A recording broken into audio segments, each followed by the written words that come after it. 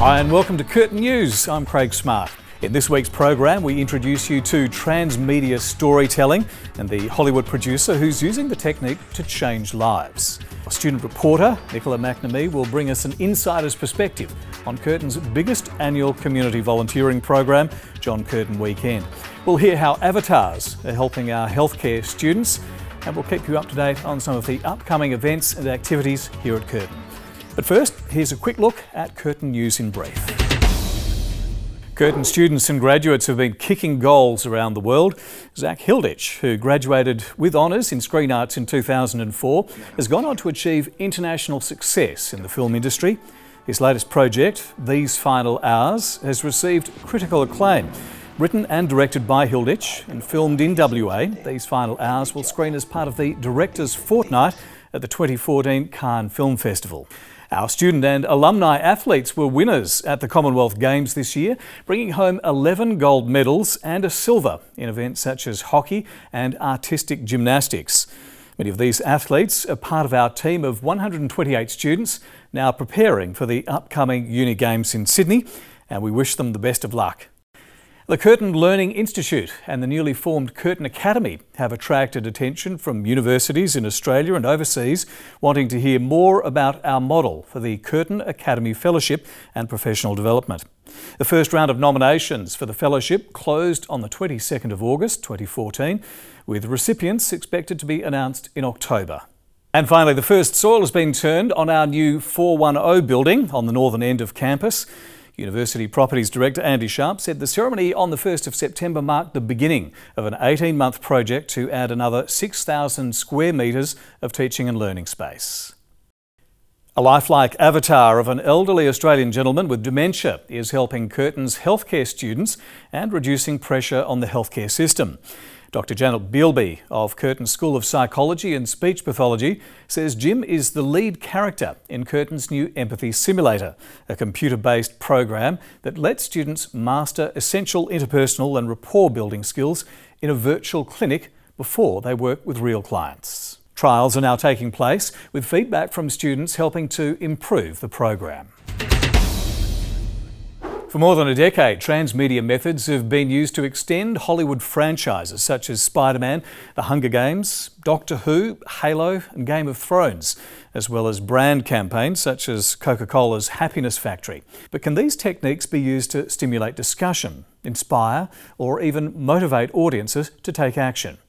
Furthermore, what possibilities does transmedia offer education? Jeff Gomez, one of Hollywood's most successful transmedia producers, believes it is the future, not just for educators, but for the next generation of leaders. The world is going to be very, very different in 2, 3, 5 years. The world is going to need young people who aren't just adept at communicating through a single medium, as we used to be, but young people who are adept at conveying their ideas in concert across a variety of media platforms.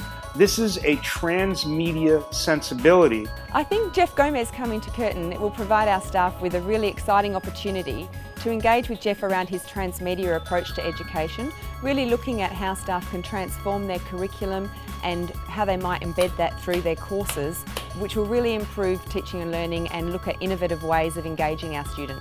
It is not something to shun. It is something that we have to embrace as a natural evolution of our society. It's quite a challenge to keep up, so when we have the opportunity to meet with and hear from an expert who can inform us about the latest technologies and the latest trends, that's obviously very valuable. We have to understand that technology and the learning of the use and application of technology is required. Transmedia has that potential to help them see the world differently in a really exciting and invigorating way. So I see great potential in the work that we're currently doing and the work that we need to be doing, but don't yet know how to do it. New media is only going to continue to evolve more rapidly, giving us all, including young people, incredible tools through which they can express themselves with greater power, poignancy and interactivity. What he does and what he's doing in communities, as well as for Hollywood projects, is just phenomenal, and I'm super excited to have that coming here to Curtin, so Jeff can share the knowledge with us. It'll be exciting to see the possibilities transmedia offers in the future. For many students, one of the highlights of their year is the John Curtin Weekend, where they volunteer on community projects all around the state, from environmental initiatives to helping out local groups with everything from cleaning museum artefacts to selling show bags. More than 700 students are expected to take part this semester in at least one community volunteering project. Nicola McNamee went along to the McMahon Caring Centre in Gosnells, where she found out that students often get back even more than they put in.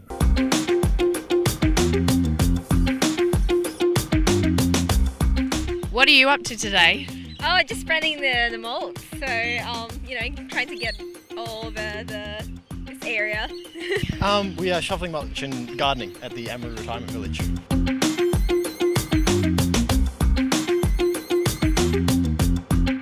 And why do you do this? What do you get out of this?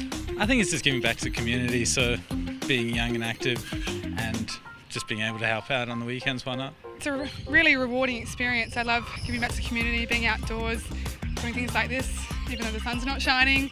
And just feel good volunteering. And what do you get out of doing this volunteering work? Well, I got into JCW 4 years ago when I started Curtin, and it's a good fun weekend, and you get to hang out with some really neat people, and you feel a little bit good about yourself, just giving back to the community in some small way.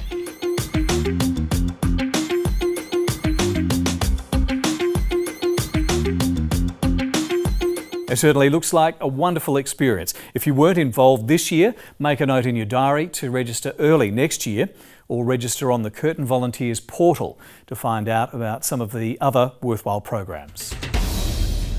Well, that's just about all we have time for today, but before we go, some important dates for you to remember.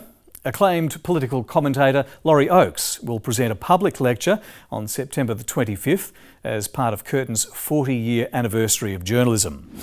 Starlight Runner Entertainment CEO Jeff Gomez will be presenting seminars on transmedia narrative in research and education during the week of the 29th of September.